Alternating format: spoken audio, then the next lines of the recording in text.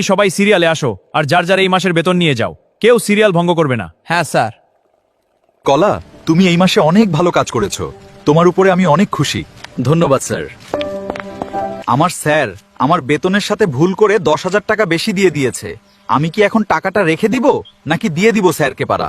না, তুমি ভুলেও এই কাজ করবে না। এখনই গিয়ে তোমার স্যারকে টাকাটা দিয়ে আসো, যাও। ঠিক আছে, তুমি বাবুকে রাখো, আমি টাকাটা দিয়ে আসছি। ম্যানেজার সাহেব, আমি আমার একটা কর্মচারীকে বেতনের ভিতরে 10,000 টাকা বেশি দিয়ে দিয়েছি পরীক্ষা করার জন্য। কলা যদি এই পরীক্ষায় পাস করতে পারে তাহলে আমি তাকে আমার 2 নম্বর ফ্যাক্টরির ম্যানেজার বানিয়ে দিব। আমাদের সিইও সাহেব কোথায়? ওনার সাথে একটু কথা আছে। উনি আমাকে বেতনের সাথে বেশি টাকা দিয়েছেন, এইটা ফেরত দিতে এসেছি। তুমি টাকাটা আমাকে দিয়ে যাও, আমি সিইও সাহেবকে দিয়ে দিব। সিইও সাহেব অফিসের কাজে একটু বাহিরে গিয়েছেন। এই টাকাটা আমি খেয়ে নিব আর কলাকে ফাঁসিয়ে দিব, এটাই আমার প্ল্যান। আর ওই চাকরিটা আমার শালাকে দিয়ে দিব।